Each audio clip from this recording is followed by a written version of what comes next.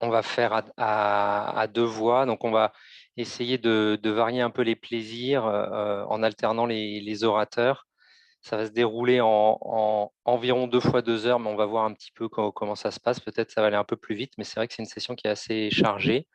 On essaye de balayer une grande partie des topos que vous avez eus. Donc, on va faire une première session de 2 heures où on va alterner les orateurs, puis une deuxième session avec une pause au milieu. Donc, pour débuter, je vais vous faire défiler un petit diaporama sur l'échographie cardiaque normale, où on va reprendre rapidement le déroulement d'une écho normale, parce qu'on a eu pas mal de questions sur des gens qui étaient demandeurs d'avoir un peu plus d'infos et d'informations sur les échos. Alors, je ne sais pas si le son du diaporama va passer. On va essayer sur la première slide, et si ça ne passe pas, je ferai les commentaires, parce que je me suis enregistré en parlant. Alors, donc, on y va. Donc, l'échographie cardiaque normale, comme vous le savez, il y a plusieurs coupes, classiquement suprasternale, parasternale, apicale et sous-costale, avec en cardiologie pédiatrique une grande place pour la coupe sous-costale. Et la coupe sous-costale, vous allez voir pourquoi elle a une grande place, c'est parce qu'en fait, on peut analyser à peu près toutes les structures, contrairement à la cardiologie adulte, on est capable de faire une écho complète en sous-costale. Alors, on démarre avec une coupe transverse au niveau abdominal pour pouvoir repérer le rachis postérieur, l'aorte localisée à gauche et la veine cave inférieure localisée à droite.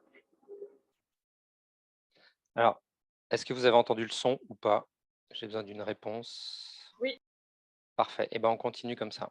En faisant une rotation de la sonde pour obtenir notre veine cave inférieure en longitudinale, on va pouvoir évaluer sa taille et puis s'assurer qu'elle se connecte bien à une oreillette droite.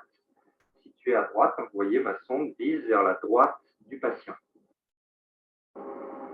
Ensuite, nous allons pouvoir, par un petit mouvement latéral, passer sur l'aorte en position longitudinale, dans le but de pouvoir tirer dans l'aorte.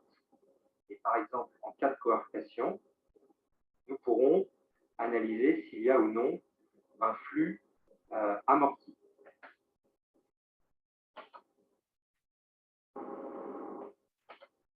Ensuite, pour respecter les conventions internationales, j'inverse mon image, ce qui permet de voir le cœur qui apparaît à l'image comme il est positionné dans le thorax du patient, c'est-à-dire avec les oreillettes en haut et la pointe du cœur située à gauche. En cas de dextrocardie, vu comment ma sonde est placée, je verrai sur mon image la pointe située à droite.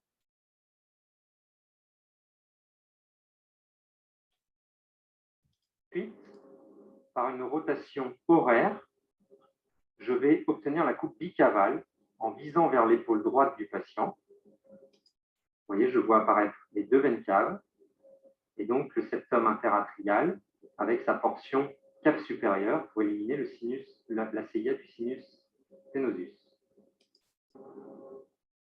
Toujours en restant dans cette position, mais en béquant le long du cœur, je vais aller chercher mon cœur en coupe transverse, centré sur le ventricule gauche, avec la valve mitrale qui apparaît en coupe, ses feuillets, ses piliers et son apex.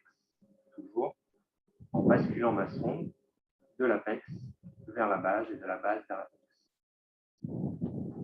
Par une petite rotation anti-horaire, je vais pouvoir obtenir ma coupe ventricule gauche aorte, donc ma voie d'éjection gauche, comme ceci.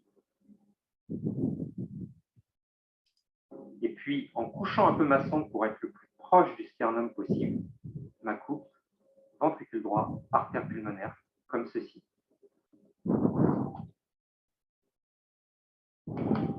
En changeant de position ma sonde et en dirigeant le curseur vers l'épaule gauche de mon patient, je vais pouvoir obtenir la coupe AOG ou la coupe dite de la tétralogie de Fallot, qui va me permettre d'ouvrir le ventricule droit en entier et de voir l'admission, l'apex et l'infundibulum s'enrouler autour de la valve aortique, qui elle est en corax. Ce sera une coupe idéale pour être bien aligné pour tirer dans la voie pulmonaire et notamment dans l'infundibulum pulmonaire. Ce sont des coupes utiles pour la tétralogie de Fallot, mais également pour les ventricules droits à double issue, pour analyser la position de la CIV.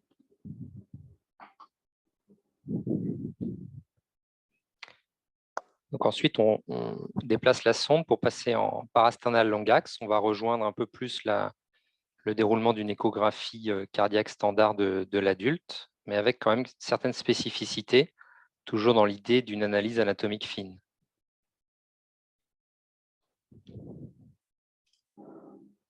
Sur la coupe parasternale long axe, donc je vais pouvoir analyser ma valve mitrale et ma valve aortique, ma valve mitrale au niveau A2P2, et puis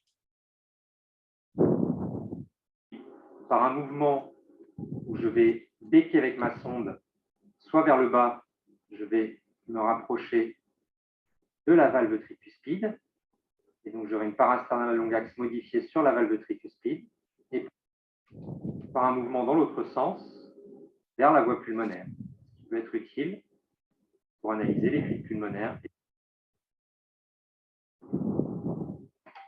À partir de ma coupe parasternale grand axe, si je veux analyser l'aorte, il faudra que je monte légèrement et je vais pouvoir obtenir mon aorte ascendante sur une portion bien plus longue, ce qui me permettra de faire des mesures. Ensuite, on passe en coupe parasternale courax. Donc là encore, une coupe qui est très riche en cardiologie pédiatrique. Avec un mouvement de rotation de 90 degrés en sens horaire, j'obtiendrai mon parasternal courax, qui me permettra d'analyser la valve aortique en courax.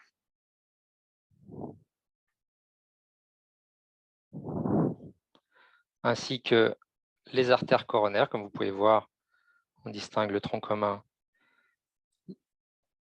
et la coronaire droite de l'autre côté. Donc, si on regarde bien, on voit bien la bifurcation tronc commun, IVA et CX. Et puis, on pourra également analyser les artères pulmonaires. Ça nécessitera de faire un mouvement qui monte un peu pour pouvoir bien dégager nos deux artères pulmonaires.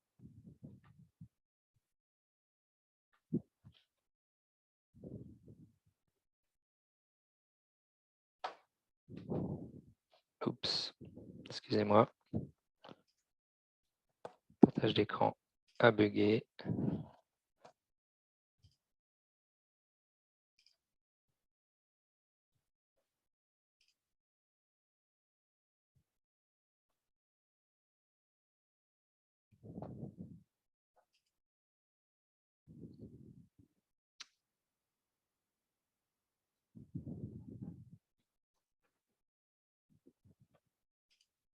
Excusez-moi, il y a tout qui a bugué. Je relance.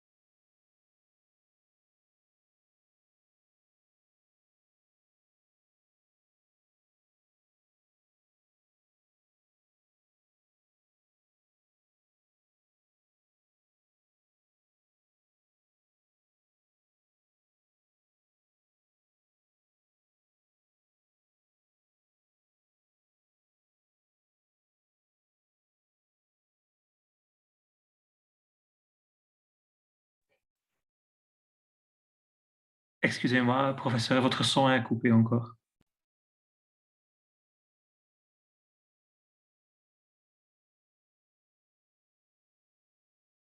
Oui.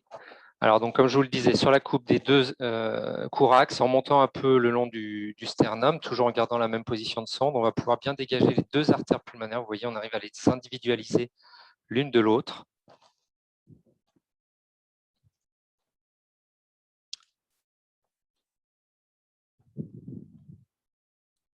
Et puis, pour bien analyser un canal artériel, donc, il faudra faire un petit mouvement de rotation anti-horaire, se rapprocher un peu du sternum, et puis vous dégagerez cette image qu'on voit, où on voit en fait un espèce de moignon de l'artère pulmonaire gauche, et puis l'aorte qui passe derrière. C'est l'image pour analyser le canal dans les meilleures conditions, pour pouvoir faire une mesure en 2 dimensions dans les meilleures conditions. De même, avec un mouvement en bécant de manière à avoir les structures plus profondes, toujours en étant en parasternal corax, on pourra aller dégager les veines pulmonaires, comme vous pouvez le voir sur l'image.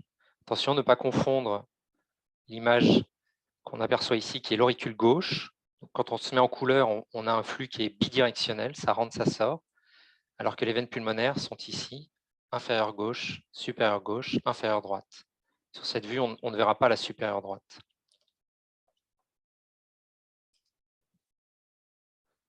Ensuite, en bécant la sonde, toujours en partant du courax des gros vaisseaux, on va pouvoir dérouler notre courax du ventricule gauche, la valve mitrale d'abord, puis les piliers, puis l'apex. Ce sera une coupe qui sera très utile pour analyser correctement la présence, par exemple, d'une CIV musculaire, mais également l'analyse de la mitrale. On passera ensuite en coupe apicale. Donc, en coupe apicale, eh bien, on place le curseur vers les selles et puis on vise vers le ventricule. Une coupe apicale de bonne qualité, elle sera définie par un septum qui sera bien vertical. À partir de cette coupe 4 cavités, il sera possible, en faisant des petits mouvements, ça a encore fermé, je suis tout à fait navré, en faisant un mouvement dirigé vers l'aorte, d'obtenir une voie d'éjection gauche. Et puis, si l'on se met encore plus proche du sternum, on pourra même obtenir une voie d'éjection droite, ce qui parfois peut nous aider à être bien aligné pour tirer dans la valve pulmonaire. Je suis désolé, c'est des fichiers qui sont très lourds avec la vidéo, et je pense que c'est pour ça que ça saute. C'est en train de se réouvrir. Si on voit que ça saute encore trop, bah, on passera à la suite.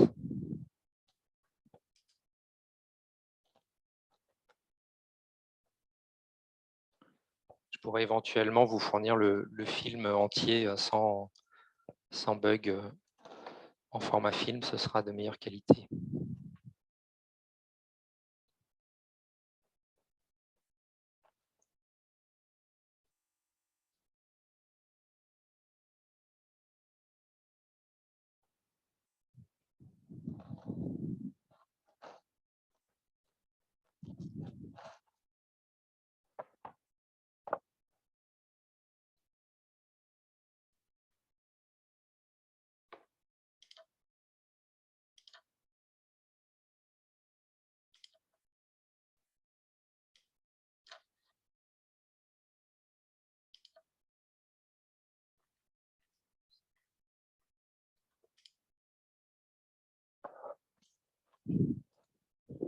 Alors, on peut continuer. Je repartage mon écran.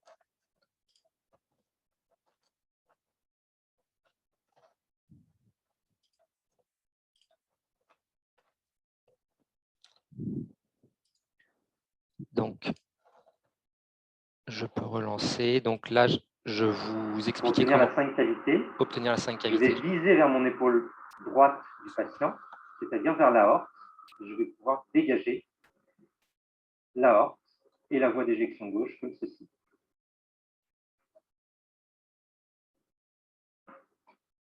Si je veux voir ma voie d'éjection droite, il suffira de faire le même mouvement que pour la coupe 5 cavités, de se rapprocher légèrement du sternum. On va voir apparaître la voie d'éjection droite. dans un Donc ensuite, on passe aux coupes suprasternales qui sont effectivement également très importantes en cardiologie pédiatrique. Pour la coupe suprasternale, ne pas hésiter à demander à la patiente de mettre la tête en arrière et de tourner la tête vers la gauche. Je mets mon curseur vers le haut et puis je vais légèrement béquer vers la gauche pour faire apparaître la crosse de l'aorte, lorsqu'elle est gauche bien sûr. Et pour m'assurer qu'elle est bien gauche, eh bien, par un petit mouvement vers l'épaule droite et de rotation, je vais aller chercher ma division du TABC qui se fait bien à droite. Donc, j'ai bien une crosse gauche. Si la division se fait à gauche, ce sera une crosse droite. Cette coupe est également intéressante pour aller chercher la veine cave supérieure, que je peux voir comme ça, en me décalant simplement un petit peu vers la droite, avec le TVI qu'on voit apparaître ici. Et puis même parfois, on arrive à voir jusque dans l'oreillette droite. À partir de ma crosse de la rote, je fais une rotation horaire de 90 degrés et je vais voir apparaître mon artère pulmonaire droite, ainsi que vous pouvez voir ma veine cave supérieure à gauche. C'est la coupe de choix pour regarder la dérivation cavo-pulmonaire supérieure.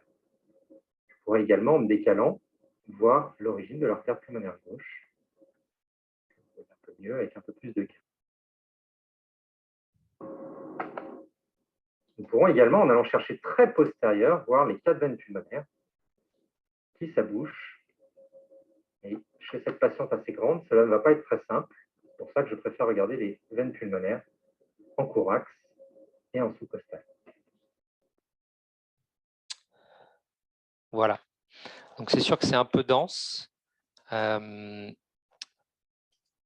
pense que en reprenant tranquillement les schémas des coupes et en regardant bien les positionnements des mains, ça peut vous aider à progresser en écho et puis à bien prendre conscience que l'échographie cardiaque pédiatrique est assez différente finalement de l'échographie cardiaque adulte, avec vraiment une place cruciale à la coupe sous-costale qui permet, dans les cardiopathies complexes notamment, de faire des diagnostics, de faire quasiment l'essentiel du temps diagnostique. Alors, on va voir, est-ce que Oscar nous a rejoint? C'était pas sûr qu'il arrive tout de suite, parce qu'il était en consultation. Je ne le vois pas, donc on va pouvoir enchaîner directement avec la première partie des révisions à proprement parler. Une fois encore, je vais partager mon écran.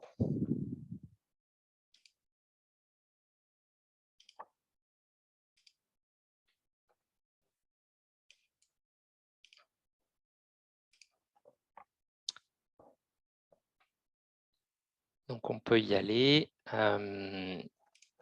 Donc, première question. Alors, c'est un peu sous forme de quiz. Vous allez voir, on n'a pas forcément fait les choses tout à fait pareilles avec Oscar, mais le principe y est, c'est-à-dire qu'on pose on vous met des boucles, on vous pose des questions et ensuite on essaye de réfléchir avec des petites mises au point de physio et de cas cliniques. Alors déjà, sur cette première boucle vidéo, je vais essayer de me mettre le chat. Est-ce que vous avez des réponses? Oui, donc là, il y a beaucoup de gens qui me disent un CAV. Donc un CAV, est-ce que c'est suffisant? Est-ce que quelqu'un peut… Voilà, il y a quelqu'un qui me parle de CAV complet. Tout à fait, nous sommes face à un CAV complet. En effet, il y a une CIV d'admission, une CIA ostium primum et une seule valve en pont. Donc ça, c'est un diagnostic qui est franchement assez facile. Donc je vous rappelle que le CAV, donc c'est, comme son nom l'indique, un seul canal atrioventriculaire avec un seul anneau et une seule valve qui est en pont qui contient 5 feuillets. La plupart du temps, parfois, on peut avoir des variantes anatomiques, mais ce qu'il faut bien comprendre, c'est que l'anneau est unique. Et comme vous pouvez le voir sur l'image vidéo, le sous-costal, une fois encore, va vous permettre de bien analyser cette valve AV unique et de bien voir qu'elle est effectivement en pont entre les deux ventricules. Vous pourrez, par cette image-là, bien visualiser, notamment s'il y a des attaches septales de cette valve pour la classification de Rastelli, et également vous pourrez voir si les deux orifices droite et gauche de cette valve auriculo-ventriculaire sont équilibrés ou non. Le CAV partiel, comme son nom l'indique, c'est une forme incomplète. Pourquoi? Parce qu'en fait, il y a eu des attaches septales qui ont permis la fusion du feuillet antérieur et du feuillet postérieur, et donc il n'y a plus de CIV, il n'y a plus qu'une CIA et une fente mitrale. Alors la fente mitrale, comment elle s'explique? C'est logique, hein, c'est comme on a fermé le feuillet antérieur et le feuillet postérieur, eh bien, on se retrouve avec le feuillet antérieur de la valve mitrale habituelle qui est fendu en deux. Comme vous pouvez voir en bas, ça c'est un feuillet antérieur normal, et ça c'est un feuillet antérieur de CAV avec un coup de ciseau. C'est ce qu'on appelle la fente mitrale. Je vous rappelle que les fentes mitrales de CAV sont des fentes qui sont dirigées vers le septum interventriculaire, alors que les fentes mitrales, qui sont des fentes isolées et qui ne sont pas dans le cadre du CAV, mais plutôt dans le cadre des VDDI, sont orientées vers la voie d'éjection. Ça donne ça en écho, une fente mitrale. Donc vous pouvez voir à gauche, là on voit vraiment, donc ça c'est un courax ventriculaire gauche, vous voyez le feuillet postérieur. Pour un CAV, on appelle ça le feuillet mural. C'est très important de bien analyser ce feuillet mural. Et puis vous voyez que le feuillet antérieur, en fait, il est fendu en deux par un coup de ciseau. Donc c'est une fente mitrale. Pourquoi c'est important d'analyser le feuillet mural? Parce que lorsque les piliers sont proches et que le feuillet mural est petit, eh bien, si le chirurgien ferme la fente, on peut se retrouver avec une sténose mitrale, enfin une sténose de la VAV gauche. Donc c'est vraiment un temps important du temps diagnostique de l'analyse du CAV. Alors qu'est-ce que ça va nous donner en complications, ces CAV? Ça peut donner plein de choses, mais les complications les plus habituelles rencontrées, c'est, comme vous pouvez le voir, la fente mitrale qui est responsable d'une fuite et qui est responsable d'attache. Je vous ai montré avec les lignes blanches l'orientation de la fuite qui est assez classique. Là, on est sur une parasternale longaxe. Quand on a une fuite mitrale de CAV, en fait, ça fuit au milieu du feuillet antérieur, qui n'est pas un feuillet antérieur, mais en tout cas sur la grande valve, on va dire. Et donc, ça fuit de manière excentrée vers la paroi libre de l'oreillette gauche. Ça a toujours cet aspect-là. Et puis, vous pouvez constater qu'il y a une attache, là, on la voit. Alors, on la voit peut-être pas très bien sur vos écrans, mais c'est classique. Hein, les valves de CAV ont des attaches sur le septum. Je vous rappelle que la mitrale n'en a pas. Et donc, ça peut entraîner des obstacles sous-aortiques. Alors, deuxième quiz, quel est le diagnostic? Ça rame bien, dis donc.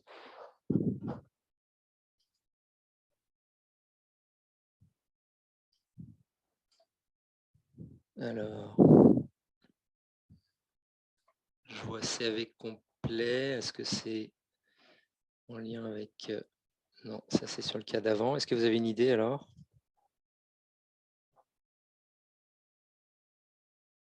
CIV, CAV complet déséquilibré, CAV intermédiaire, CAV partiel. Alors, je félicite Dr Koulibaly. Donc, c'est un petit piège. C'est en fait une CIV musculaire postérieure.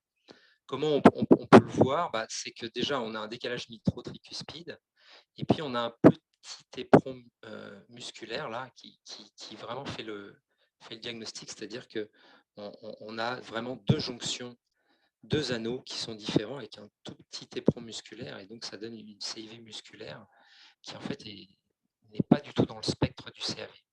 Alors quand on a une image comme ça, bien sûr, on se dit, oh là là, est-ce que c'est pas une forme atypique de CAV? Parce que ça existe, le CAV qu'on dit partiel, mais en fait, c'est pas un vrai terme, c'est pas un vrai bon terme, parce que le CAV partiel, c'est une CIA ostium primum, mais ça existe les CAV, on n'a qu'une seule CIV d'admission, mais on a quand même une fente mitrale et on a quand même vraiment des valves anormales de CAV, alors que les CIV musculaires d'admission, c'est dans le spectre des CIV, ce qui est tout à fait différent. Et ce n'est pas si rare que ça, hein, on en voit régulièrement.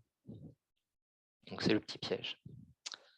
Alors, deuxième cas clinique, donc un nouveau-né très cyanosé, qui a un gros souffle, avec une radio très impressionnante. Est-ce que vous avez une idée? Voilà, ça va très vite. Donc, on me suggère l'Epstein. Tout à fait. Donc ça, il n'y a pas 10 000 diagnostics qui donnent des radios aussi impressionnantes à la naissance, hein. Surtout, si on reprend la radio, je remonte un peu, vous voyez, ce qui est très marquant, c'est sûr que le ventricule droit, il est gros, mais ce qui est très marquant, c'est le massif atrial qui est juste gigantesque, qui remplit tout le champ pulmonaire droit. Donc ça, c'est vraiment une oreillette droite qui est massivement dilatée. Et donc ça, c'est classique de la maladie d'Epstein. Donc vous voyez, sur mes boucles, si elles veulent bien se lancer, donc vous voyez qu'on a bien un défaut de délamination du feuillet septal de la tricuspide, alors qui est finalement pas si majeur que ça, hein. C'est surprenant, hein. La maladie d'Epstein, ce qui est très surprenant, c'est qu'il n'y a pas forcément de corrélation entre la gravité anatomique, c'est-à-dire l'importance du défaut de délamination, et la fuite.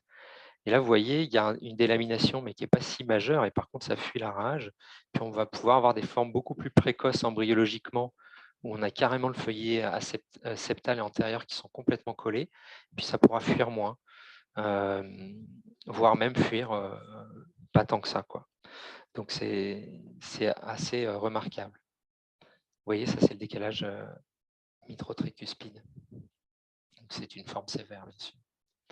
Je vous rappelle que le développement de la jonction auriculo-ventriculaire droite, en fait, se fait par l'entonnoir tricuspidien. Alors, ce schéma, il est toujours difficile à comprendre. Il a fallu que je le voie 4 fois pour le comprendre, donc je trouve ça pas mal de vous le remontrer. C'est ici que se fait vraiment l'invagination, là où il y a ma flèche.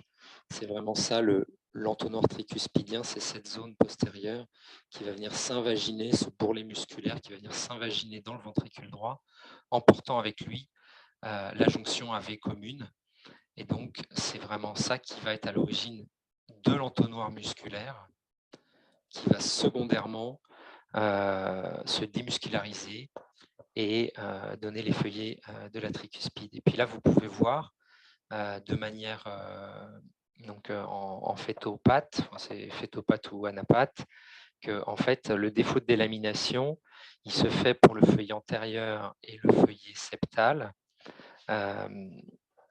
Mais c'est surtout le feuillet septal qui est englué dans le muscle, alors que le feuillet antérieur, c'est plutôt des attaches, parce que lui, quand l'entonnoir s'enfonce dans le ventricule droit, c'est une paroi qui est muscularisée, mais qui est libre, contrairement au feuillet septal qui fait en fait tout à fait partie du septum interventriculaire.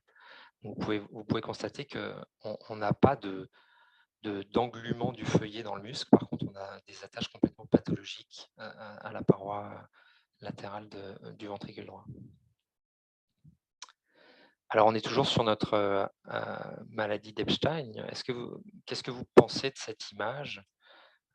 Est-ce qu'elle vous inquiète et qu'est-ce que vous pourriez faire?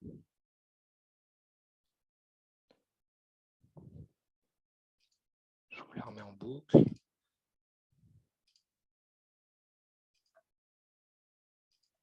Ça rame terriblement. C'est censé passer en boucle en continu, mais ça rame terriblement. Alors, on me parle de canal artériel, ouais, c'est une idée.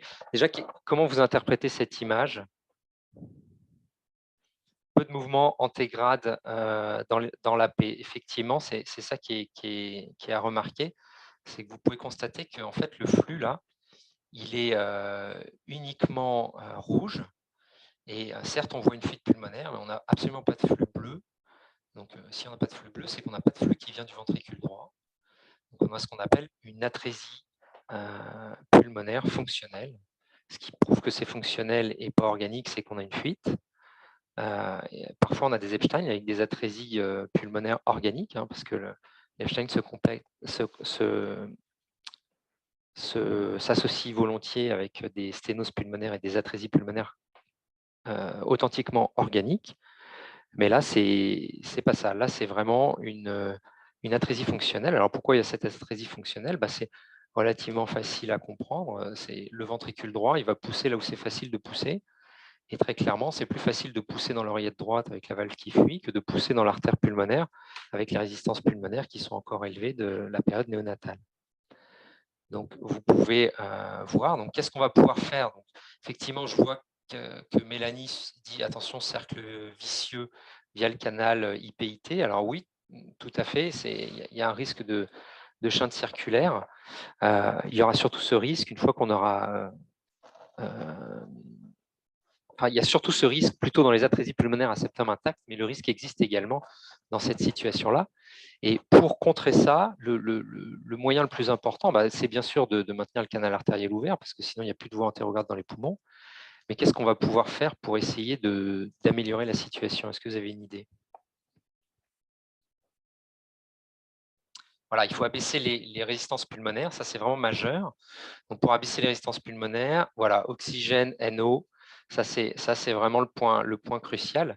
La maladie d'Epstein, à la naissance, ils peuvent aller très très mal, vraiment à cause des résistances pulmonaires qui font qu'il n'y a pas de débit antérograde.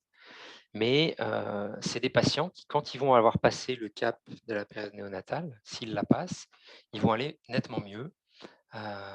Et voire même ils peuvent aller bien et vivre très longtemps sans avoir besoin de chirurgie avec leur fluide tricuspide. Donc l'enjeu, c'est vraiment d'abaisser rapidement les pressions pulmonaires. Donc c'est des patients qu'on va de manière assez agressive, très rapidement mettre du NO, de l'oxygène, et puis on va attendre avec les prostaglandines, et puis parfois il faut attendre un moment avant de décider de faire quoi que ce soit. Et notamment, si on n'y arrive pas, qu'est-ce qu'on va être obligé de faire? Ce sera faire un Blaloc, mais ça vaut le coup d'attendre parce que parfois, il faut les laisser sous prostaglandine pendant plusieurs semaines avec le NO et l'oxygène. Et puis, en fait, on va voir tout doucement les résistances pulmonaires baisser et puis apparaître un flux antérograde. Et puis, on peut arriver à stabiliser les choses sans passer par l'étape Blaloc. Et puis, malheureusement, dans ces formes-là, la chirurgie de la valve tricuspide néonatale fait de très, très mauvais résultats. Donc, on évite à tout prix.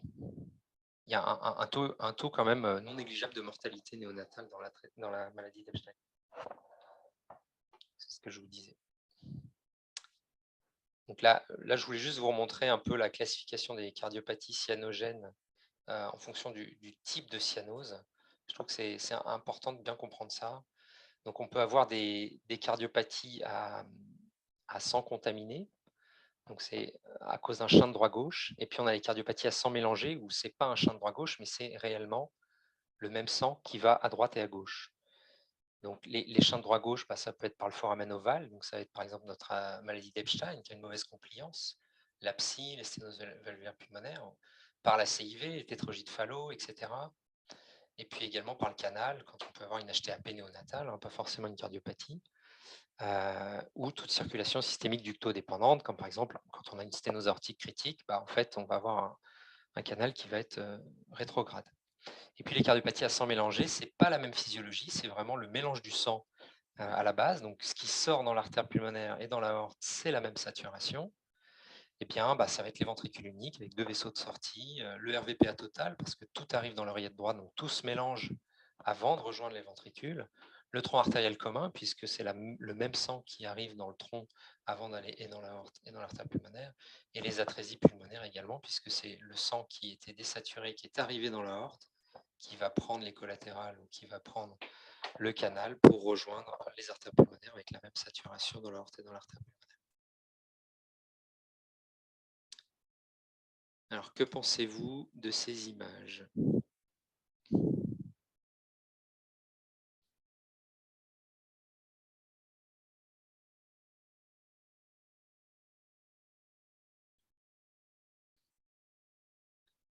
Alors non, ce n'est pas une atrésie tricuspide.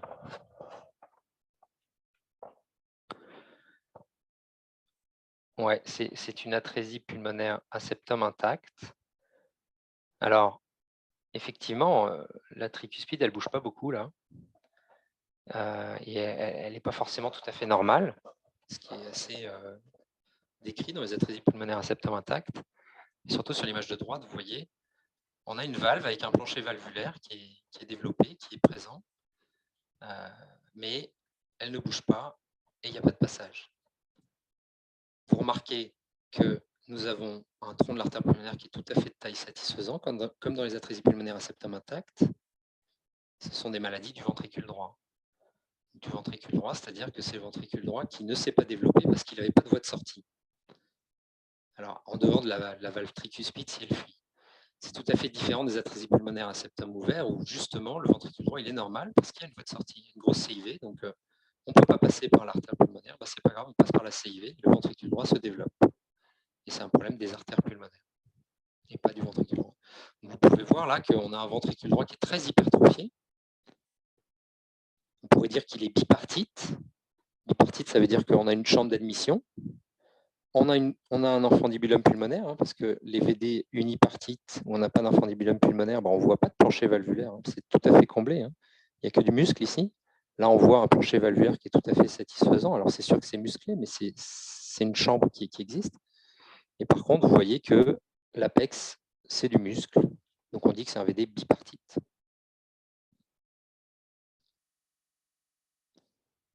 Donc, qu'est-ce qu'on propose dans les atrésies pulmonaires? On propose d'aller ouvrir la valve quand on peut, c'est-à-dire quand le ventricule droit n'est pas trop petit. Donc, on fait souvent de la radiofréquence pour dilater la valve, pour perforer. Et puis, là, c'est pour vous montrer un petit peu des angios, pour que vous vous rendiez compte à quoi ça ressemble en angio un ventricule droit. C'est une coupe OAG, comme on a vu tout à l'heure, c'est-à-dire qui s'enroule autour de l'aorte. Donc, on a l'admission, l'apex et l'infundibulum et la voie de sortie. Vous voyez, ici, on a, comme le patient qu'on vient de voir, un ventricule bipartite, c'est-à-dire que le produit de contraste, il rentre dans l'inlet et dans l'outlet, mais il rentre quasiment pas ou très peu dans l'apex. Et puis là, c'est carrément le VD unipartite, c'est-à-dire que le sang rentre dans l'inlet. Je vous ai dessiné la forme du ventricule droit pour que vous imaginiez à quoi ça ressemble. Mais en fait, le produit de contraste ne va pas dans l'infundibulum. C'est vraiment un VD unipartite avec juste une chambre d'admission.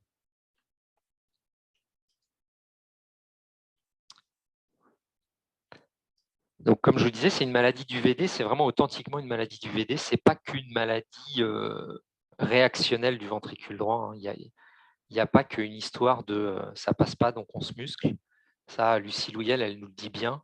Quand on regarde les pièces anatomiques, on se rend compte que c'est vraiment un muscle qui est malade. Et notamment, une des preuves qu'il est malade, c'est qu'il y a des grosses anomalies coronaires.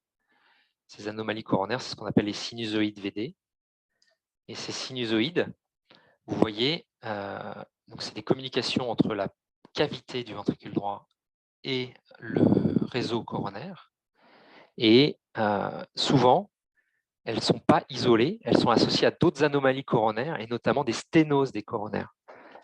Et c'est l'association de ces sinusoïdes et de ces sténoses des coronaires, parfois ostiales, qui rend le risque de vol vasculaire quand on dilate. Parce qu'en fait, il faut bien comprendre que si le ventricule droit est responsable de la vascularisation coronaire parce qu'il y a une sténose coronaire proximale, donc il va éjecter du sang dans les coronaires par les sinusoïdes. Si on ouvre la voie pulmonaire, on va drastiquement baisser les pressions dans le ventricule droit et on va avoir un vol coronaire et on va avoir une ischémie. Et on a des enfants qui peuvent décéder brutalement d'infarctus massif à cause de ces anomalies de sinusoïdes. Donc, ça correspond à une contre-indication à dilater. Et donc, il y a des patients qui se retrouvent avec des stratégies univentriculaires où on ne peut pas utiliser le ventricule droit parce qu'il y a trop de sinusoïdes et qu'elles sont VD dépendantes. Mais c'est souvent pas simplement que les sinusoïdes, mais c'est aussi parce qu'il y a des sténoses proximales sur les troncs coronaires qui font que la perfusion coronaire se fait plus par le ventricule droit. Alors, pourquoi ça c'était des questions un peu de cours que je vous avais envoyées. Pourquoi les abscisses restent cyanosés après le cathé? Déjà parce qu'on a un trouble de compliance du ventricule droit. Donc on a un shunt qui se fait de manière droit-gauche par le foramen ovale. Ça c'est vraiment le point crucial. C'est-à-dire qu'on a beau avoir ouvert tout à fait bien la voie pulmonaire, si le ventricule droit n'est pas compliant, eh bien, il va mal se remplir et l'essentiel du sang va partir à gauche. et on aura donc une contamination du sang à gauche, et donc on aura des enfants qui seront cyanosés. Et ce n'est pas du tout parce qu'en systole, les poumons ne reçoivent pas assez de sang. C'est vraiment une histoire de compliance. Sauf s'il y a un obstacle résiduel, bien sûr. Ou sauf s'il y a un obstacle résiduel. Alors, qu'est-ce qu'on va pouvoir faire pour diminuer la cyanose? En fait, il va falloir relâcher le muscle au maximum. Donc, on va les mettre sous bêta-bloquant. Puis, si c'est insuffisant, on va leur proposer un Blaloc. Et s'il reste très désaturé, même à distance, avec un ventricule droit qui ne grandit pas ou alors qui ne devient pas plus compliant, parfois, on est obligé de faire ce qu'on appelle une stratégie 1,5 ventricule, c'est-à-dire on fait une dérivation cavo-pulmonaire partielle. On va brancher la veine cave supérieure sur les artères pulmonaires, ce qui va permettre de déprécharger le ventricule droit. Il n'aura plus à gérer que le volume de la veine cave inférieure, et donc il va gagner en compliance et l'enfant sera moins cyanosé. Le pronostic de la stratégie 1,5 ventricule est meilleur que celle d'un ventricule, donc c'est des stratégies à envisager tout de même, parce qu'on laisse une voie antérograde qui est pulsatile par le ventricule droit vers les poumons, donc on n'a pas les mêmes complications que les stratégies univentriculaires. Alors, quelle est la courbe PV d'une APSI après dilatation? On a eu des questions, vous vouliez revoir les courbes PV. Donc moi, je vous propose de vous montrer un peu comment on peut raisonner pour créer une courbe pression-volume. Donc moi, je pars, en fait, c'est en 4 ou 5 étapes. Déjà, je pense qu'il faut commencer en se disant, OK, je vais tracer mes caractéristiques intrinsèques des ventricules. C'est-à-dire que chaque ventricule, il a 2 caractéristiques intrinsèques. La première, c'est sa contraction, sa capacité à éjecter fort, si vous voulez. Et sa deuxième, c'est sa compliance. Sur une courbe PV, on a une courbe une droite de contraction du ventricule gauche dans le cœur normal qui est meilleure que le ventricule droit, bien sûr, puisque sa contractilité est meilleure, on le sait. Et en revanche, sa compliance est moins bonne, donc une courbe de compliance qui est moins bonne que celle du ventricule droit. Donc, si vous avez un cas clinique avec une courbe pression-volume, je pense que déjà, sans paniquer, premier truc à faire, c'est se dire, OK, quelles sont les caractéristiques intrinsèques de mes ventricules? Si on a, par exemple, une sténose aortique, on aura un ventricule gauche qui sera très épais, qui sera volontiers encore contractile ou plus contractile s'il y a une dysfonction, s'il n'y en a pas. Donc, en fonction, vous allez monter ou descendre la courbe de contractilité. Et puis, la compliance, de la même manière, comme il sera hypertrophié, il va devenir moins compliant. Donc, vous allez monter sa courbe de compliance. Là, c'est l'exemple de la sténose aortique dont je viens de vous parler. Le ventricule gauche, il va moins bien, il y a une dysfonction VG. Sa contractilité, elle est descendue, elle est même inférieure à celle du ventricule droit. Et par contre, sa compliance, elle est moins bonne parce qu'il s'est hypertrophié. Donc, elle passe, elle était déjà au-dessus de celle du VD, mais elle passe encore au-dessus. Une HTAP, par exemple, on peut avoir une bonne contractilité, on a une bonne courbe de contractilité du VD, mais par contre, on aura un ventricule droit qui sera hypertrophié. Du coup, on aura une mauvaise compliance et on va avoir une courbe de compliance qui va passer au-dessus de celle du ventricule gauche. Voilà la première étape pour moi, c'est de tracer les droites qui ne dépendent pas des conditions de charge. Là, on ne parle pas de précharge, post-charge. Là, on parle de comment intrinsèquement mon muscle va. Ensuite, on va s'intéresser, je pense que la deuxième étape, c'est de s'intéresser à la post-charge. Je pense que c'est pas mal de raisonner dans ce sens-là, et puis vous allez voir, ça va découler, le reste va découler. Donc la post-charge des deux ventricules. En gros, la post-charge, c'est quoi? C'est quelle est la pression soumise au ventricule gauche et quelle est la pression soumise au ventricule droit. Donc, pour un cœur normal, chez un enfant, qui n'a pas de sténose aortique, qui n'a pas d'obstacle gauche, on peut dire que sa post-charge dans le ventricule gauche, c'est la pression artérielle systémique dans l'aorte, on va dire 80 mm de mercure. Donc, je suis là à peu près. Pour le ventricule droit, en revanche, s'il n'y a pas d'HTAP, allez, on va dire 30 mm de mercure de PAPS. Donc ensuite, on peut avoir des situations physiologiques où il va falloir intégrer cette réflexion à la constitution de notre courbe PV. Imaginons on a une CIV qui est très large, dans notre cas clinique, Eh bien, quand on a une CIV qui est très large, on a égalisation de pression dans le ventricule gauche et dans le ventricule droit. Donc, on sait que la post-charge sera la même à gauche et à droite. Donc, dans ce cas-là, on ira mettre notre, c'est ce que vous voyez en bas, on ira mettre notre post-charge qui sera identique en valeur. Et du coup, on pourra aller mettre notre point sur la courbe de contractilité du ventricule gauche et sur la courbe de contractilité du ventricule droit. Si on a une sténose aortique, eh bien, si on a 42 gradients, eh bien, on ira se dire, allez, on a 80 mm de mercure dans l'aorte, on ajoute les 42 gradients, donc on monte, notre post-charge, elle est là, on est là sur la courbe du VG. Si on a une HTAP, si on a une sténose pulmonaire, pardon, on prend notre pression artérielle systémique, à laquelle on ajoute le gradient de l'artère pulmonaire, on est là, du coup, on se reporte sur ce point-là, sur la courbe de contractilité. Ça, c'est l'étape numéro 2.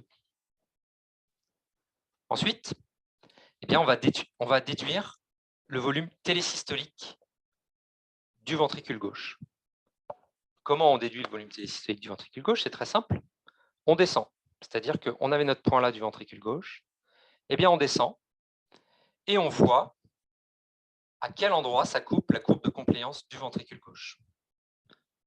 On a notre volume télésystolique du ventricule gauche. Pardon, là, c'est le volume télésystolique du ventricule gauche, c'est encore plus simple. On regarde sur la courbe du bas, on voit direct où est-ce que ça coupe et on a notre volume télésystolique du ventricule gauche. Pour obtenir notre pression télésystolique du ventricule gauche, eh bien, c'est là où je vous dis on descend et quand on croise le ventricule gauche, c'est notre pression télésystolique du ventricule gauche. Ensuite, on ajoute le volume d'éjection systolique, qu'il est ce qu'il est, c'est-à-dire sur un cœur normal ou un cœur qui ne défaille pas, eh bien, il est constant. Je vous rappelle que le cœur est dicté par le cerveau et les barorécepteurs de l'aorte, c'est-à-dire que si on a besoin d'un volume d'éjection à 5 litres minute parce qu'on est un adulte, eh bien, on est à 5 litres minute. Sauf si on a une dysfonction, qu'on n'arrive plus à fournir le débit. Mais si on arrive à fournir le débit, eh bien, on rajoute ce débit, quel qu'il soit. Et à cet endroit-là, eh bien, en remontant sur la courbe des compliances, on va obtenir notre volume télédiastolique du ventricule gauche, qui est le télésystolique du ventricule gauche auquel on a ajouté le volume d'éjection systolique. Et puis, on va pouvoir en déduire la pression télédiastolique du ventricule gauche qui correspond sur la courbe des pressions au point de croisement avec notre volume télédiastolique du ventricule gauche. Donc, on a notre pression dans l'oreillette gauche, si vous voulez, ou notre pression télédiastolique du ventricule gauche. Donc là, on a construit la courbe pression-volume du ventricule gauche. Et puis, on va compléter tout bêtement la courbe du VD. Alors, la courbe du VD, si on a un cœur en série sans shunt, on a le même volume d'éjection systolique, donc la même distance entre les deux droites verticales, sauf qu'on va partir cette fois-ci de notre post-charge du VD, donc de ce point-là, auquel on va rajouter, donc on va en déduire notre volume télésystolique du ventricule droit, on rajoute notre volume d'éjection systolique qui est le même que le volume d'éjection systolique gauche puisqu'on n'a pas de shunt. On va donc en obtenir notre volume télédiastolique du ventricule droit, puis notre pression dans l'oreillette droite, qui est, puisqu'on a suivi la courbe des compliances, et puis on termine notre courbe PV. Donc là, on a une courbe PV d'un cœur normal. Si on a un obstacle droit, donc notre courbe gauche, elle est identique. Notre courbe droite, on a un obstacle droit, mais sans shunt. Donc notre volume d'éjection systolique, c'est le même. Donc on va se contenter d'augmenter la post-charge, comme je vous ai montré. On a une PAPS à 30, plus le gradient VDAP, on est ici. Donc on part plus haut sur la courbe, sur la droite de contractilité. On part ici. Donc comme on part ici, on va avoir un volume télésystolique du VD qui sera plus élevé. On va monter, on aura un volume télédiastolique du VD qui sera plus élevé. On aura une pression de l'oreillette droite qui sera plus élevée, puisqu'on est plus haut sur la courbe des compliances. Et puis, on va pouvoir terminer notre courbe. Si on a, par exemple, une CIV large, eh bien, souvenez-vous, ce qui va dicter notre post-charge, c'est que la post-charge dans l'aorte et dans la P sont identiques. Donc, on va pouvoir dessiner notre courbe VG comme on a vu. Et notre courbe VD, c'est juste qu'on va partir d'ici. Donc, partant d'ici, on descend. On a un volume télésystolique du VD qui est plus grand. On a un volume télédiastolique du VD qui est plus élevé, avec une POD qui est très élevée. Et puis surtout, on va avoir calculé notre QP sur QS. On a un QP sur QS à 2. Donc, ça veut dire que le volume d'éjection il est 2 fois plus important. Donc, il va falloir qu'on aille jusqu'ici. Et c'est ça qui va nous donner la POD. C'est-à-dire qu'on va aller à droite de 2 volumes d'éjection systolique. Et donc, on va arriver ici sur la courbe de compliance. C'est ce qui nous montre que la POD est très élevée. Si on a un QP sur QS encore plus élevé, la POD elle va monter en flèche. Par contre, notre pression de notre post-charge, elle restera constante. Une CIA large, c'est le même principe. Moi, oui. Est-ce que je peux poser une question sur le CIV? Oui. Parce qu'en fait, je me demande pourquoi, en fait, chez le CIV, c'est en fait le VG qui est dilaté, non? Alors, je suis un peu confus par ce courbe, en fait. Comme c'est plutôt le VG qui est dilaté dans la CIV. Et normalement, je pense qu'on peut le voir sur les courbes PV, non? Alors, effectivement, le VG est plus dilaté parce que le sang traverse, vient du VG, traverse le VD et part directement dans l'artère pulmonaire et donc augmente les retours veineux pulmonaires. Donc, c'est comme ça qu'on explique que le VG est plus dilaté. OK. Ce qui vous choque, c'est sur la courbe PV, c'est ça? Oui, c'est ça. En fait, je pensais, et je pense aussi que peut-être le professeur Amedro l'avait expliqué comme ça aussi, que surtout le volume d'éjection de la VG augmentait dans le cas de CIV. Ici, c'est juste le QS qui est attribué au VG. Ben ça me confuse un petit peu, c'est ça juste. Ouais. Je vois, alors après, comment te l'expliquer, je ne sais pas très bien. Je réfléchis. Si j'ai la réponse d'ici la fin du cours, je reviens dessus, OK? Merci. Pour la CIA, même principe. Donc, comme on a un QP sur QS qui est augmenté, eh bien, on va pouvoir… dans les CIA larges, en fait, le prérequis, c'est de dire que les pressions dans l'oreillette gauche et dans l'oreillette droite sont identiques. Donc, en fait, on part de ce prérequis-là et donc, on va croiser la courbe de compliance à 2 niveaux. Et pour le VG et pour le VD. Et donc, avec l'histoire, donc on trace notre VG, on part d'ici. On sait que le volume d'éjection systolique, il est par exemple à 2 fois supérieur, puisqu'on a un QP sur QS à 2. Et donc, on va avoir, on va pouvoir la tracer comme ça. Si on prend l'exemple de l'APSI, c'était là où je posais les questions. Donc, l'APSI après la dilatation, on a un VD non compliant et on a une CIA large et on a une courbe VG normale. Donc, comment ça va se tracer? Donc, déjà, on va tracer notre courbe PV du ventricule gauche. Et puis, on va partir du prérequis qu'on a un ventricule droit qui est non compliant. Donc, on a une caractéristique intrinsèque du ventricule droit qui est modifiée avec une courbe de compliance qui est décalée vers la gauche. Comme on a une égalisation des pressions dans l'oreillette gauche et dans l'oreillette droite, eh bien, on va pouvoir définir ces 2 points. Et donc, on va pouvoir ensuite, à partir de là, comme on connaît la pression, la post-charge dans l'artère pulmonaire qui, s'il n'y a plus d'obstacle résiduel, est normale, eh bien, on va pouvoir tracer notre courbe de la même manière qu'on a tracé la gauche.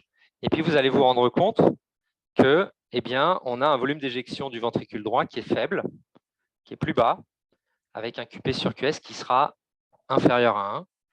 Et donc, c'est la courbe PV qui explique pourquoi on a une cyanose chez les ventricules, chez les abscies qui ont été dilatés et qui ont une mauvaise compliance.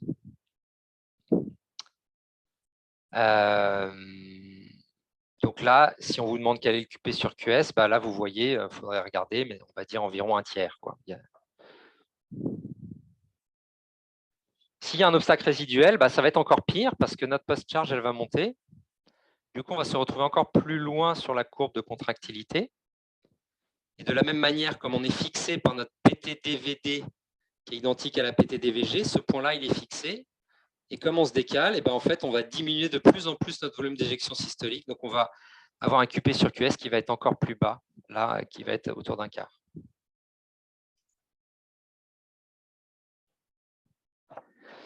Et puis, avec le temps, amélioration de la compliance, la caractéristique intrinsèque du VD se modifie, les SAT redeviennent à 100%, et on va avoir un état où on aura une compliance qui sera meilleure, et un QP sur QS égale à 1, c'est-à-dire quasiment pas de shunt, ni du shunt gauche-droite, ni du shunt droit-gauche. Ce sera relativement facile. On aura toujours la CIA large, donc on aura toujours l'équivalent d'égalité de pression dans l'oreillette. Le même volume d'éjection pourra tracer la courbe PV.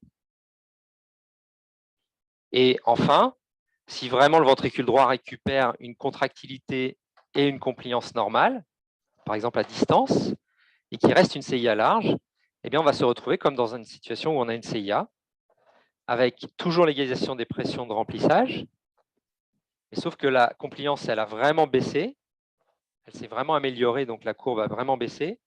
Du coup, on va se retrouver avec un volume d'éjection systolique du ventricule droit qui sera bien plus important, et donc on aura un QP sur QS qui sera plus élevé.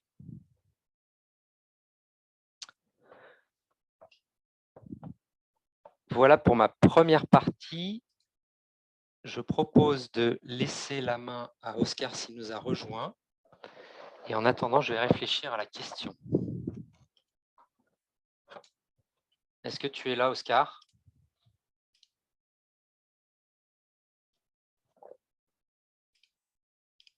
Pas d'Oscar.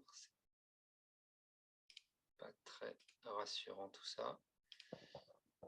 Alors,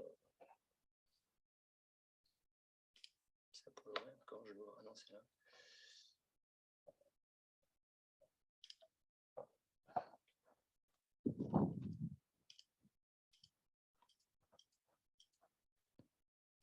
Bon, Oscar n'est pas là visiblement. Donc, je vais continuer avec ma deuxième partie. Et puis, en fait, il fera après la pause. C'est pas grave.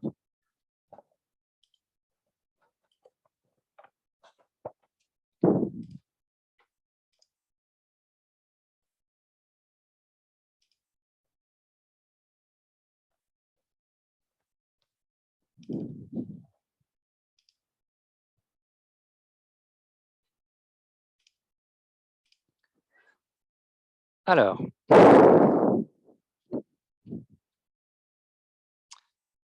quel est votre diagnostic? Vous le voyez, parce que je n'ai pas mis le diaporama en marche, excusez-moi.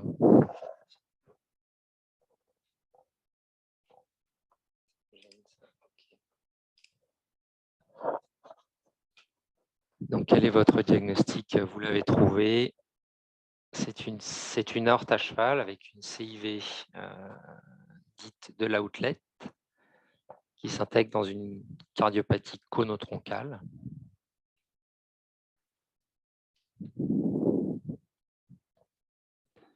Donc, je vous rappelle que dans les CIV, vous le verrez avec Oscar, je ne vais pas parler de son sujet, mais les CIV de l'outlet, c'est ce qu'on appelait anciennement les CIV conoventriculaires. C'est les CIV qui sont situés dans le Y de la bande septale. Ce n'est pas la même chose que les CIV infundibulaires, ce n'est pas la même chose que les CIV périmembraneuse. La zone périmembraneuse, elle est vraiment située sous le muscle papillaire du conus de la valve tricuspide et pas du tout au milieu du Y de la bande septale. Il faut bannir le terme CIV sous-aortique. On pense à ça parce que quand on fait une écho en parasternal long axe, on a l'impression d'avoir une CIV qui est juste sous l'aorte, mais en fait, c'est un terme qui est à bannir puisque les CIV sous-aortiques sont regroupés par de nombreuses CIV différentes. Les CIV de l'outlet sont des CIV sous-aortiques, les CIV membraneuses également, les CIV infundibulaires et également en parasternal long axe. Donc, il faut vraiment essayer d'être précis dans la description. Et vous voyez tout à l'heure, notamment également pour la CIV musculaire d'admission, qui n'est pas la même chose qu'une CIV d'admission, qui est la CIV du CAV. Là, on est vraiment dans le cadre des CIV de l'outlet qui mettent en jeu le septum conal, donc dans les cardiopathies conotroncales.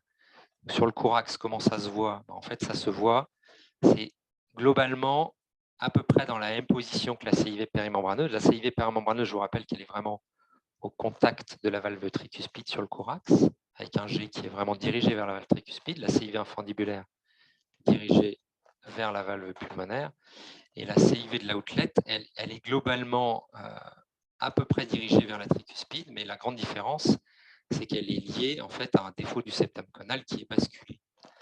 Donc, on aura cette aorte à cheval. Elle est vraiment liée au fait que l'aorte est à cheval. Alors, je vous ai mis ces petites vidéos. Si vous pouvez me dire ce que vous en pensez.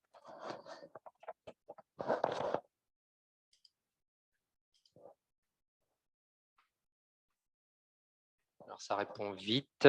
On parle de tétralogie de Fallot, effectivement.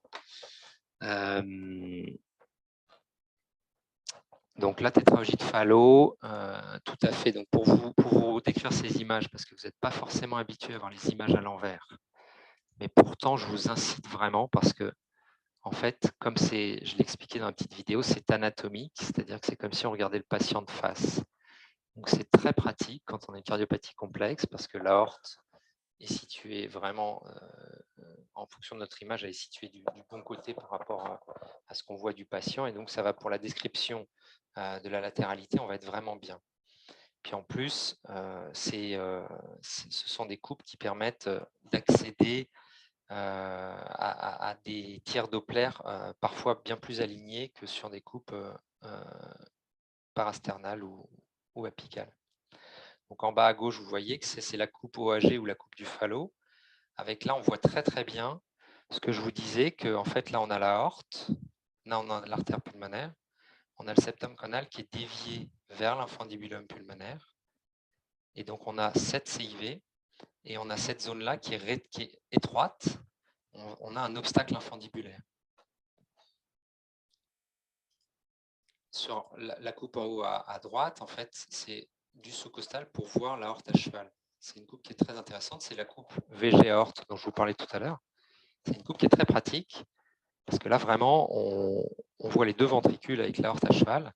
Notamment, par exemple, quand on a des VDDI, on est vachement bien sur ces coupes-là pour analyser la position du vaisseau l'un par rapport à l'autre, les discontinuités, les distances entre la valve tricuspide, la valve pulmonaire, etc.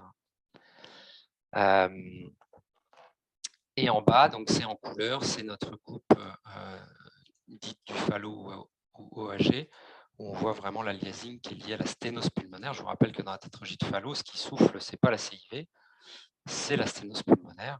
Et ce qui est responsable de l'accélération, c'est la sténose pulmonaire. Alors, que vous évoque cette image? Ça, c'est un peu plus dur. On est dans le même cas clinique. C'est le même patient. Je vous ai annoté les images parce que je trouvais que c'était dur.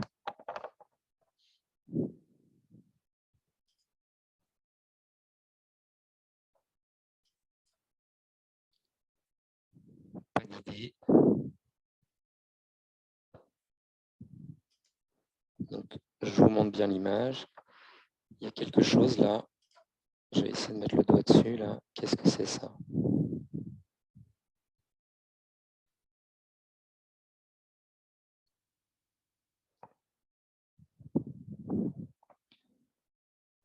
Alors, ce que vous appelez branche infundibulaire, effectivement, c'est une artère coronaire préinfundibulaire. Je voulais vous montrer ça parce que là, c'est assez illustratif. Le chirurgien, lui, va couper là pour aller retirer la sténose infundibulaire. Et donc, la coronaire passe vraiment juste devant, donc ça va le gêner. Et notamment, l'anomalie coronaire qu'on redoute, c'est l'IVA qui naît de la droite et qui a un trajet préinfundibulaire. Parce que l'IVA, c'est un gros tronc, donc on ne peut pas couper comme ça. Donc, le chirurgien, il devra faire des astuces pour ne pas la sectionner. Et ce sera moins confortable. Et c'est un des paramètres qui définit la tétralogie de Fallot de forme irrégulière. On peut avoir ce genre d'images aussi, qui sont des branches infundibulaires de la coronaire droite. qui peuvent être plus ou moins grosses. Quand elles ne sont pas trop grosses, ça ne gêne pas franchement le chirurgien. Parfois, il peut en sectionner quelques-unes, c'est pas trop gênant, mais bon, quand c'est une IVA, bien sûr, il ne faut pas la sectionner. C'est l'image pour vous montrer. Donc, les corners sont comme ça normalement. Vous voyez l'infundibulum pulmonaire, il est vraiment là. Donc, le chirurgien, lui, il a vraiment envie de couper comme ça pour aller retirer la sténose. Et puis, l'IVA qui naît de la cornère droite, en fait, elle passe juste devant comme ça. Donc, lui qui veut couper là, ça va lui poser un souci.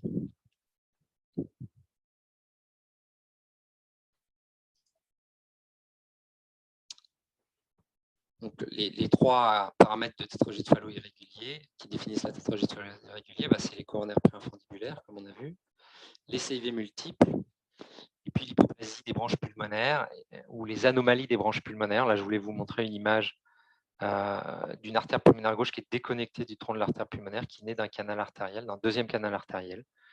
Et là, vous avez le tronc de l'artère pulmonaire qui va donner l'artère pulmonaire droite. Donc ça fait partie des tétralogies de Fallot de forme irrégulière. Et ça peut être simplement des hypoplasies qui nécessitent des plasties.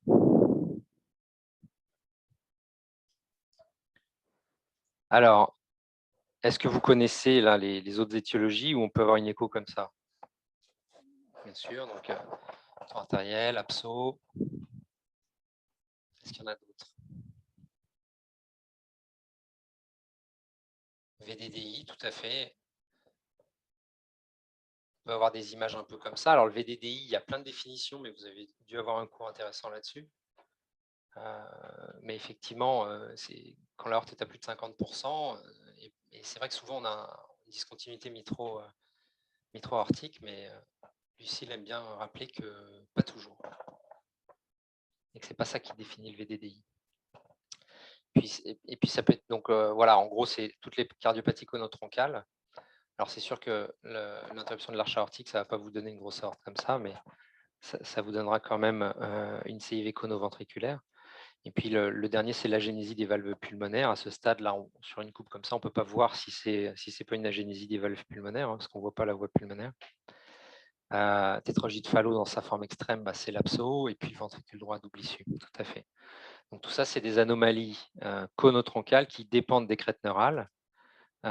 Pourquoi c'est important? Parce que c'est très en jeu dans les microdélétions 22q11 du syndrome de Dijorge. C'est assez majeur, notamment en période anténatale, parce que quand on tombe sur des cardiopathies comme ça, même si pour certaines le pronostic est bon, comme la tétralogie de Fallot, on a toujours un petit moment d'angoisse là dans les semaines qui suivent le diagnostic où on attend les résultats de la génétique. Parce que je vous rappelle qu'il y a entre 30 et 50% des Fallots. En fait, ça dépend des études et ça dépend de ce qu'on appelle anomalies associées, mais entre 30 et 50% des Fallots ont des anomalies associées, génétiques ou extracardiologiques. Donc là, c'est juste pour vous montrer un peu d'anténatal. Donc ça rebondit un peu sur l'image qu'on a vue tout à l'heure. Quand on voit un gros tronc, donc en anténatal, c'est plus difficile parce qu'on est plus loin, c'est plus petit. Et quand on voit un gros tronc avec une aorte à cheval ou un vaisseau à cheval, parce qu'on n'est pas sûr que c'est une aorte, eh bien, on est potentiellement à jouer entre l'absceau, le tronc artériel commun, le VDDI, etc. Et donc, il va falloir qu'on arrive à affiner les choses. L'absceau, je vous rappelle, c'est vraiment une pathologie des artères pulmonaires. Le tronc artériel commun, en fait, les artères pulmonaires sont normales. Le pronostic n'est pas le même. Le pronostic est plutôt à la valve auriculo-ventriculaire qui est anormale. Alors, donc, nous, on va chercher en anténatal et puis même en postnatal, en fait. On va chercher des signes qui vont nous orienter vers l'un ou l'autre parce que ce n'est pas toujours facile. Parce que quand on a une absceau de type 2 ou 3, les artères pulmonaires, il faut les chercher longtemps. Et puis, les troncs artériels communs, quand les artères naissent séparées de l'aorte, il faut aussi les chercher un petit moment. Des petits conseils qui peuvent vous aider. Déjà, quand les artères pulmonaires sont toutes petites, c'est quand même plus en faveur d'une absceau. Souvent, les artères pulmonaires, elles naissent d'un canal ou d'une collatérale, mais qui est située loin sur l'aorte. Les collatérales, c'est très rarement sur l'aorte proximale. C'est plutôt sur la concavité de la crosse ou à l'aorte descendante, à peu près au niveau des canaux, Alors que le tronc artériel commun, eh bien, lui, c'est vraiment une naissance des artères pulmonaires sur la partie ascendante de l'aorte, parfois avec un tronc, hein, donc ça pourrait faire collatéral, hein, c'est pas toujours immense, voilà, mais en tout cas c'est vraiment sur la section ascendante. Puis la valve aortique dans l'abso elle est normale, alors que la valve ventriculo-artérielle dans le tronc artériel commun elle est anormale, et ça va nous aider notamment en anténatal. Donc le challenge pour nous ça va être de trouver les artères pulmonaires à tout prix. Vous voyez par exemple là un point qui peut nous aider, c'est que je vous laisse regarder, cette valve, elle est épaisse quand même. On la voit épaisse, même si ce n'est pas très facile. C'est une valve troncale qui fuit. Vous voyez, on a une fuite. Donc ça nous oriente vers un tronc artériel commun. Et puis là, vous pouvez voir, donc c'est toujours en anténatal. Ce tronc commun là, en fait, quand on bec, on voit apparaître 2 artères pulmonaires qui naissent du tronc commun. Donc là, on a la certitude, c'est bien un tronc artériel commun. Mais je vous assure que c'est pas toujours facile. Et les pronostics sont assez différents. C'est 2 cardiopathies graves, mais dont les enjeux ne sont pas les mêmes en fonction soit des artères pulmonaires pour l'abso, soit de la valve troncale pour le TAC. Le TAC, donc ça je vous ai remis la classification, mais on passe plutôt vite.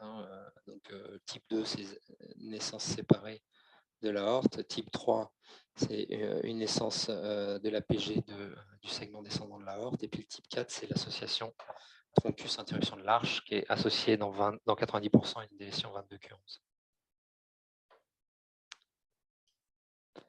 Donc, le pronostic des TAC, c'est la valve troncale. Là, je vous en montre une où elle est. Pardon. Vous voyez, là, c'est une valve qui est quadricuspide. Et elle fuit.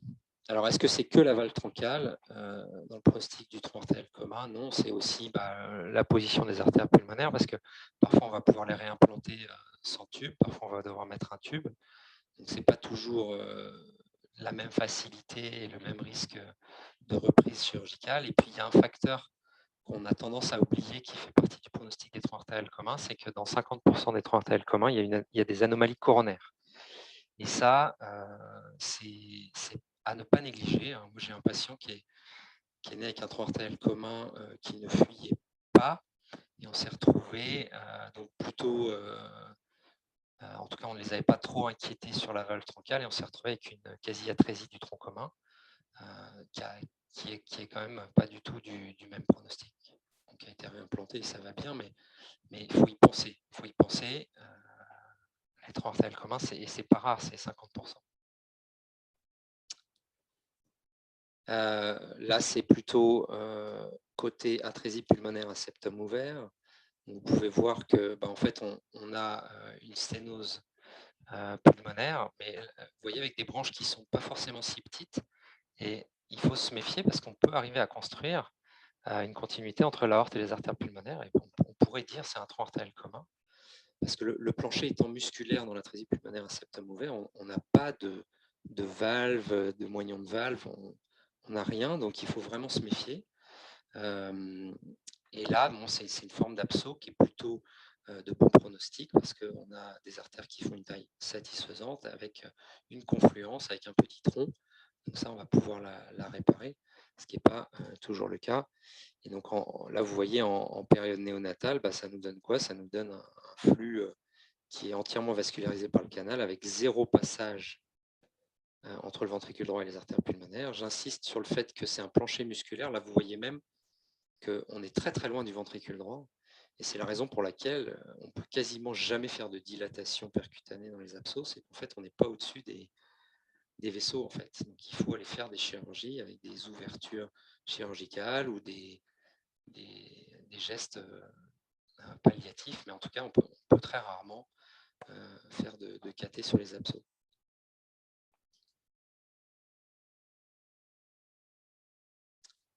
Là, c'est pareil, je vous remets la classification. Donc, type 1, c'est un tronc correct avec une confluence des 2 artères pulmonaires. Type 2, c'est confluence des artères pulmonaires. Type 3, c'est association MAPK et petite artère pulmonaire. Type 4, c'est absence d'artère pulmonaire.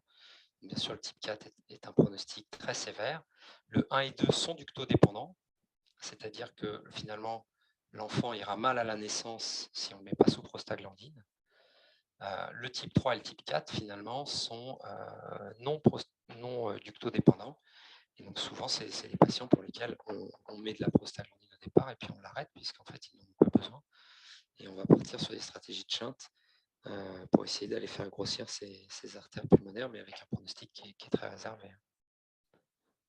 Donc, vous voyez, dans les types 1 et 2, on fait des ouvertures VDAP, et puis parfois on ferme la CIV en plusieurs temps. Et puis les types 3 et type 4, c'est là où ça devient très complexe, mais je ne rentre pas dans les détails. Voilà, c'était pour faire suite à un cas clinique d'Oscar. C'est une image d'interruption de l'arche. Je trouve ça intéressant de vous la montrer parce qu'on n'en voit pas tous les 4 matins.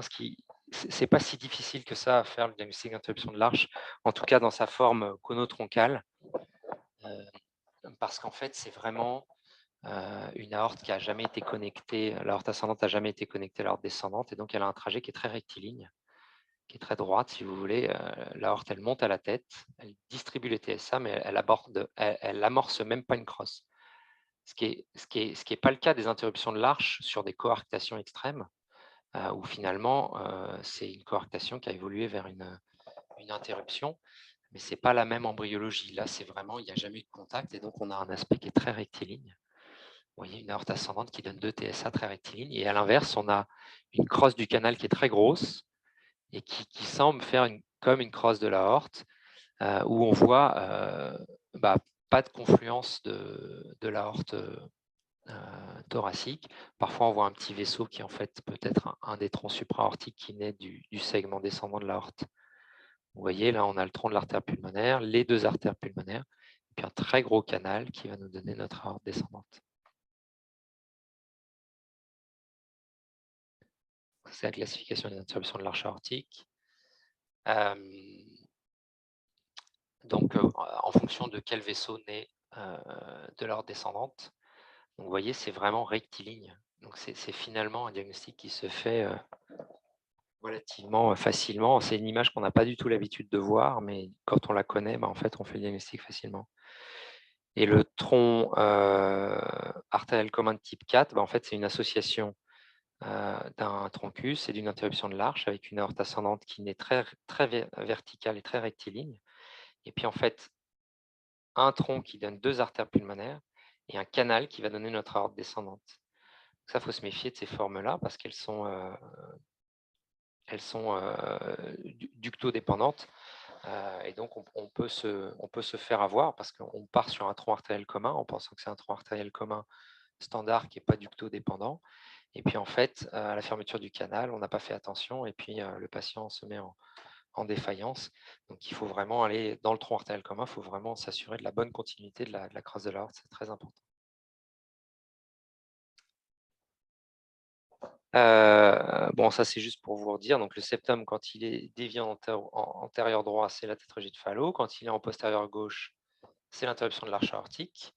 Donc, ça va nous donner volontiers une petite aorte avec parfois des sténoses aortiques. Et puis, et sous-aortique surtout. Et puis, le tronc artériel commun, c'est l'absence de septum caudal et l'absence de segmentation. Alors, est-ce que vous avez, donc ça c'était dans le quiz également, je pense, donc quelles sont les étiologies qui peuvent donner un différentiel de saturation membre sup, membre inf? Je voulais simplement vous remettre les pieds sur terre et sortir un peu de la cardiologie.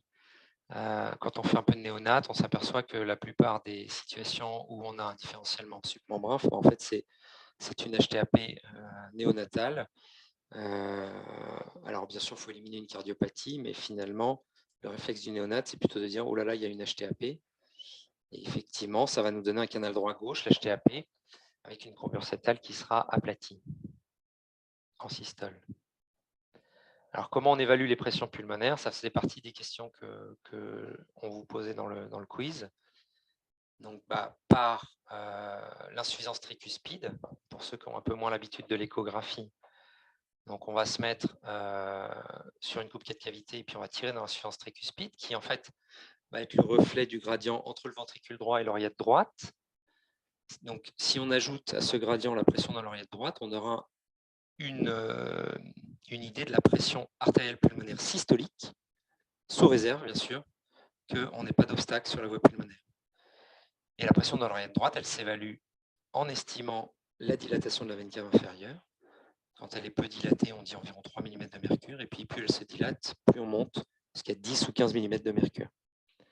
On pourra également l'estimer par l'insuffisance pulmonaire, où on pourra aborder l'APAPM en protodiastole et l'APAPD en télédiastole. L'APAPM, c'est le gradient à laquelle on va ajouter la POD également, et la PD, le gradient à laquelle on va ajouter la POD. Et puis, si on a la chance d'avoir un canal, eh bien, on pourra tirer dans le canal. Si le canal est suffisamment court et qu'on n'a pas un canal très tortueux, parce que sinon, vous savez que la loi de Bernoulli ne fonctionne pas, on n'aura pas le droit d'estimer les pressions pulmonaires. Donc, c'est toujours bien d'avoir plusieurs méthodes, parce qu'on peut avoir un flux rassurant sur le canal et un flux plus inquiétant sur la feuille tricuspide ou l'inverse. En tout cas, quand on a des discordances, il vaut mieux se fier à l'estimation sur une valve, qui est une estimation sur un obstacle, enfin, ce n'est pas un obstacle, mais sur une zone courte, alors que le canal, c'est une zone longue, donc le canal, c'est moins fiable. Et là, je ne vous parle pas de la coarctation de l'aorte, où on a complètement interdiction d'estimer un gradient sur la coarctation. On peut estimer la Vmax, parce que la Vmax, on ne fait pas intervenir Bernoulli, elle est vraie, la Vmax, mais le gradient, par contre, il dépend de l'équation de Bernoulli, qui est fausse sur les obstacles qui sont non isolés.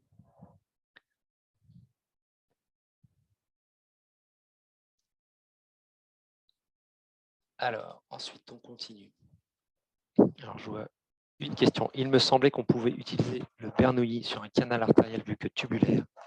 Alors, en fait, en pratique, dès qu'il y a un peu de perte de charge, on va avoir des valeurs fausses. Et notamment, on a volontiers des canaux qui sont tortueux. Et là, franchement, c'est faux. Donc, en fait, il peut être, comme il est tubulaire, s'il a un diamètre qui est... en fait, il faut que ce soit un diamètre qui soit à peu près le même, quoi. Il ne faut pas qu'il y ait une zone qui soit trop tortueuse, parce que sinon, on a des estimations qui sont fausses. Alors, en cas de sténose infundibulaire VD isolée, l'estimation des PAP sur l'IP est-elle perturbée? Alors ça, c'est une grande question qui s'est posée, que j'ai posée plein de fois à Daniel Sidi.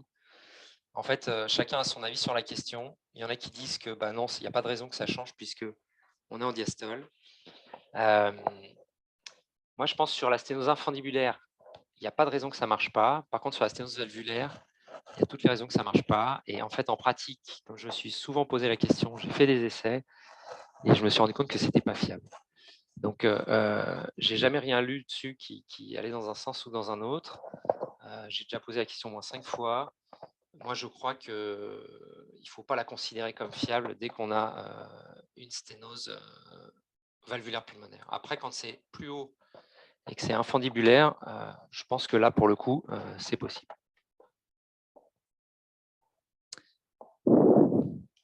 Alors, donc là, qu'en pensez-vous? Alors, donc pour estimer les pressions pulmonaires, donc là, on a parlé de moyens quantitatifs, mais on a aussi des moyens qualitatifs qui sont en fait très puissants et parfois qui nous permettent de répondre et de conclure sans avoir de valeur chiffrée. La courbure septale, je crois que vraiment chez l'enfant petit, c'est une très bonne estimation des pressions pulmonaires. La courbure septale, elle est plate en systole quand on a une HTAP parce qu'elle est le reflet de la surcharge en pression. Et donc ça, je pense que c'est une méthode fiable. Alors, est-ce qu'on peut toujours utiliser l'IT pour estimer les pressions pulmonaires? Donc ça, c'est les questions hyper basiques, mais qui sont les questions hyper classiques. Bien sûr, non, si on a un obstacle pulmonaire, parce que le gradient VDOD, ce n'est pas le reflet de la PAPS, mais c'est le reflet de la PVD. Ça, je pense que quasiment tout le monde a bien compris ça, mais si vous ne l'avez pas tout à fait perçu, il ne faut surtout jamais parler de PAPS sur une fuite tricuspide si on n'a pas vérifié la voie pulmonaire, surtout en cardiologie pédiatrique. Et une hyperpression dans le ventricule droit, ce n'est pas une HTAP. Il ne faut vraiment pas confondre, il ne faut vraiment pas utiliser le mauvais mot. Si on a un seul obstacle proximal, on a de la chance, on va pouvoir estimer les pressions pulmonaires par la PVD qu'on va atteindre par l'IT, à laquelle on va pouvoir retirer le gradient transpulmonaire. Ça va marcher si on a une sténose qui est vraiment tout à fait unique et valvulaire. Par contre, si on a un obstacle étagé avec une petite voie pulmonaire, on ne peut pas estimer les pressions pulmonaires, on peut juste estimer la pression ventriculaire droite. Mais ce qui est quand même utile, parce que dans les tétralogies de Fallot, c'est ça qu'on suit. On suit la PVD, mais on ne suit pas la PAP. Alors, si on a une sténose pulmonaire sans canal artériel, comment on peut estimer les pressions pulmonaires? C'est ce que je vous ai dit, c'est la PVD par l'IT à laquelle on retire le gradient VDAP. En cas de tétralogie de Fallot, on ne peut pas. Et en cas de CIV large, eh bien, en fait, on l'a vu dans les courbes PV, il y a une égalisation de pression. Donc, on peut mesurer la pression dans l'artère, enfin dans l'aorte. On prend une tension artérielle et la PAS, c'est les pressions pulmonaires.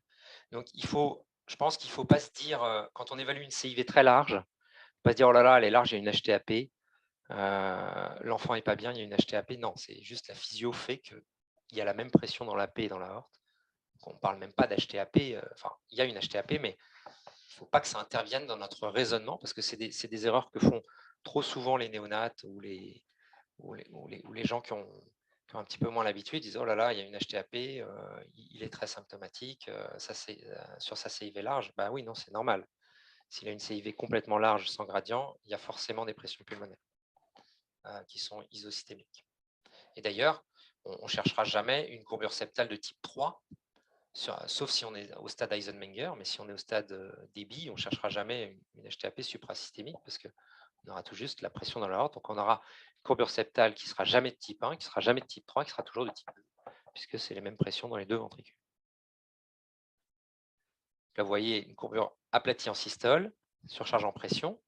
L'HTVD, ça peut être soit sur une HTAP, soit sur un obstacle à la voie d'éjection.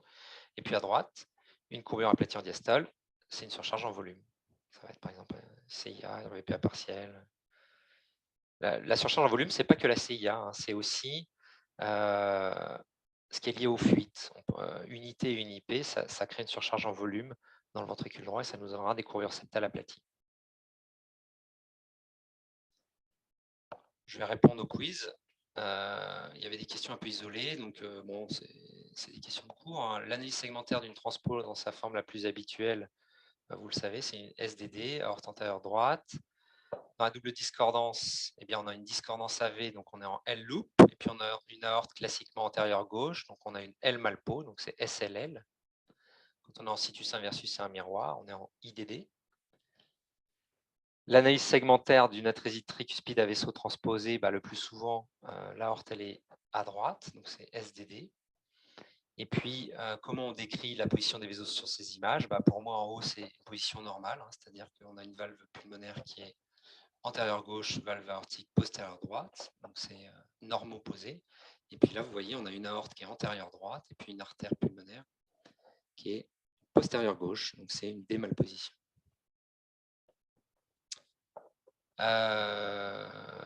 Alors, pour estimer, quand on a une sténose étagée sur l'aorte ascendante, comment je peux estimer le gradient global de l'obstacle? Et en fait, par l'insuffisance mitrale.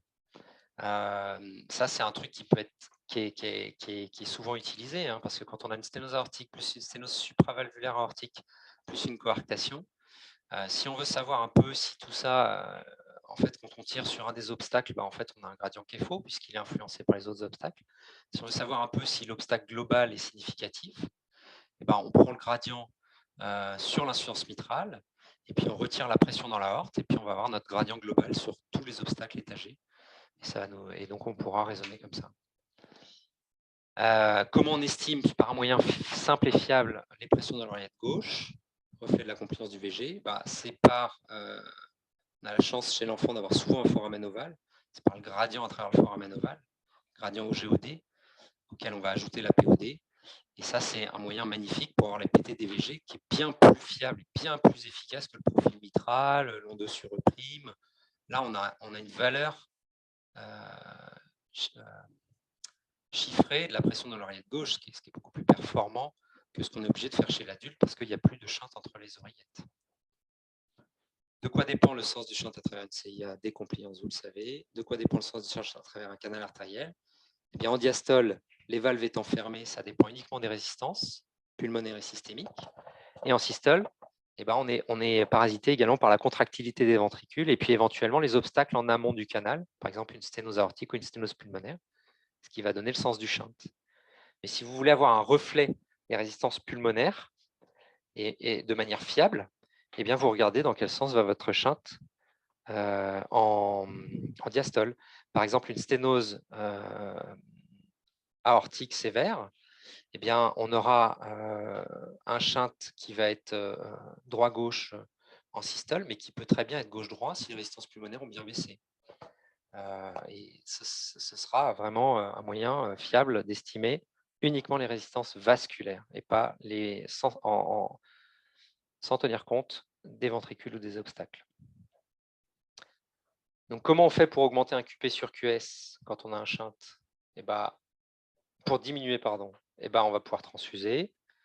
On va pouvoir arrêter l'oxygène s'il y a de l'oxygène qui a été mis. On va pouvoir mettre une PEP. En gros, c'est augmenter les résistances pulmonaires, ça, ou éviter qu'elles baissent en tout cas, avec l'arrêt de l'oxygène. Il faudra tolérer l'hypercapnie et l'hypoxie, éventuellement, mettre des IEC, de la milrinone. Et puis augmenter le QP sur QS, bah, en fait, on aura la possibilité de mettre de l'oxygène, du NO, du sildenafil. Donc ça, on le fera quand on a besoin, par exemple, d'augmenter le shunt gauche-droit. On pourra soit baisser les résistances pulmonaires, soit monter les résistances systémiques, par exemple en mettant de la noradré, et puis en luttant contre toutes les pressions positives pulmonaires, donc en essayant d'extuber nos enfants, et puis en essayant de les sédater. Comment on estime le QP sur QS d'un troncus? Ça, c'est la question classique, c'est pour ça que je vous l'ai mise. En fait, le QP sur QS d'un troncus, l'avantage, c'est que la SAT dans la P, c'est la SAT dans la aorte. Donc, si on a la SAT dans la aorte, on a la SAT dans la P, on peut faire le calcul. Donc, avec une SAT à 90%, on a un QP sur QS à 3. Donc, attention, quand on a des gros shunts comme ça, la SAT, c'est avec une cardiopathie à sang mélangé, la SAT, c'est vraiment le reflet du QP sur QS. Ça marchera aussi pour les ventricules uniques. Si vous avez un ventricule unique qui a une trop bonne SAT, c'est-à-dire qu'il est au-dessus de 85-90, vous pouvez être sûr qu'il a un QP sur QS qui est hyper élevé et il va être dans l'hyperconsommation, il va être dans l'hyperdynamisme cardiaque, ce ne sera pas bon pour lui. Donc, il faut vraiment se battre contre l'hypersaturation dans toutes ces cardiopathies à sang mélangé. Allez, un peu de rythmo. Bon, il y a les réponses. Vous avez regardé les électrocardiogrammes, j'imagine. Donc, le premier, c'est des tachycardies à QRS fin. Je vous montre un peu les classiques. Ça, c'est une réentrée classique sur une voie accessoire. Vous voyez, on a une onde pérétrograde qui se voit très bien en V3, là, qui vient en fait casser, qui vient faire un accro dans le segment ST. C'est un peu comme ça qu'on le voit. Je vous rappelle un peu qu'on raisonne, parce qu'il y avait des questions sur les électros, des gens qui ne se sentaient pas forcément très à l'aise. Sur les tachycardies à QRS fin, on raisonne comme ça avec le RP' inférieur à P'(R) ou le RP' supérieur à P'(R). En gros, quand l'onde P rétrograde, elle est plus proche du QRS précédent que du QRS d'après, on est dans des réentrées et qui vont être soit sur une voie accessoire type Wolff-Parkinson-White, soit sur une réentrée intranodale. Ça dépendra du délai entre le QRS et l'onde P rétrograde. Ces valeurs de délai, c'est des valeurs qui sont admises pour le grand enfant ou pour l'adulte, mais pas pour le nouveau-né, parce qu'en fait, le nouveau-né a des voies de conduction qui sont très rapides, mais de toute façon, le nouveau-né, dans quasiment 100% des cas, quand il fait une réentrée, c'est une réentrée sur une voie accessoire et ce n'est pas sur une réentrée nodale, parce qu'il a un nœud qui est trop compétent. Les réentrées nodales, elles surviennent plus tard dans la vie. Typiquement, c'est des enfants qui ont 10 ans à peu près et qui font leur première crise vers 10 ans. Donc ça, c'est la grande famille des réentrées. Et puis ensuite, quand on a une onde P' qui est plus proche du QRS suivant, eh bien, ça peut être une tachycardie sinusale, bien sûr. Ça peut être une tachycardie atriale focale, c'est-à-dire un foyer qui décharge dans l'oreillette, une tachycardie atriale. Donc là, la morphologie de l'onde P sera importante. Mais ça peut aussi également être ce qu'on appelle les tachycardies de Kummel ou les PGRT, c'est-à-dire qu'en fait, ça remonte par une voie accessoire comme le Wolff-Parkinson-White, mais avec une vitesse beaucoup plus lente, ce qui fait que l'onde P rétrograde, elle arrive très tard, et en fait, elle arrive à la même position quasiment qu'une onde P normale, sauf qu'elle a une morphologie qui est différente. Elle a une morphologie qui vient du plancher de l'oreillette, qui vient de la zone de l'anneau auriculo-ventriculaire, donc elle sera négative dans les dérivations inférieures, négative en D2, D3 et AVF. Un peu comme un rythme du sinus coronaire, ou un peu comme une tachycardie atriale. Et sauf que la différence avec un rythme du sinus coronaire, bien sûr, c'est que ce sera une tachycardie. Donc l'enfant sera tachycarde avec des ondes P négatives en inférieur. Un rythme du sinus coronaire, je vous rappelle que le sinus coronaire, il s'active quand le nœud sinusal se met au repos. Donc c'est pour des fréquences basses. Donc en fait, c'est quand le nœud sinusal est en période lente. Donc on n'a pas de rythme du sinus coronaire avec des QRS rapides. Et puis, bien sûr, on peut avoir les réentrées, mais avec des QRS élargis, qui peuvent être soit des voies accessoires antidromiques, c'est-à-dire ça tourne dans l'autre sens. Donc forcément, comme ça passe d'abord par la voie accessoire, ça va avoir un aspect de dépolarisation comme un bloc de branche. Mais ça peut aussi être que ça passe dans le bon sens, mais il y a un bloc de branche fonctionnel, parce que ça va trop vite, qui apparaît, donc on aura des QRS élargis.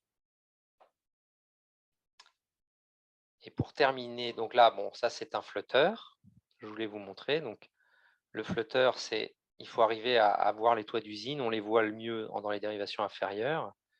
Donc il faut bien voir que c'est vraiment une conduction 2 pour 1. Il y a un toit d'usine qui est dans le QRS précédent, hein. Ici, c'est ce que je vous disais, l'enfant est tachycarde, il a des ondes P négatives dans les dérivations inférieures. Ça ressemble à un rythme du sinus coronaire, mais ce n'est pas un rythme du sinus coronaire parce qu'il est tachycarde. Donc soit c'est une tachycardie atriale avec une cellule dans l'oreillette qui décharge, mais qui est basse, qui est proche du nœud AV, soit c'est une PGRT, c'est-à-dire avec une voie accessoire, mais ça va remonter tellement lentement qu'on aura notre onde P' qui sera très décalée et qui sera avant le QRS suivant. Et puis celui-là qui est un peu plus dur et qui est un peu plus rare, mais c'est vraiment pour faire le tour des tachycardies à QRS fin. Là, vous pouvez constater que vous avez en fait une activité atriale qui est régulière. Vous la voyez en bas, elle est tout à fait régulière. Elle est tout à fait sinusale, puisqu'elle est positive dans les dérivations inférieures. En D2, elle est positive. Et vous avez un rythme avec des QRS un peu rapides, qui sont plus rapides que l'activité atriale. Donc c'est un peu comme une TV, si vous voulez. On a une dissociation, il n'y a aucun lien entre les oreillettes et les ventricules, sauf que les QRS sont fins. Donc ça, c'est une entité qui n'existe pas chez l'adulte. Enfin, si, elle existe, mais elle est très rare chez l'adulte. Qui existe un peu plus chez l'enfant, ce qu'on appelle la tachycardie ICN ou la JET, qui en fait, c'est vraiment au niveau du faisceau de His, ça décharge, et donc ça se comporte comme une TV, il n'y a plus aucun lien avec le rythme sinusal. Parfois, on peut avoir des ondes P rétrogrades, mais parfois, on a vraiment cette dissociation. Et ça se voit dans deux situations, soit en post-op, c'est assez fréquent en post-op, mais ça peut aussi être dans des formes congénitales. Et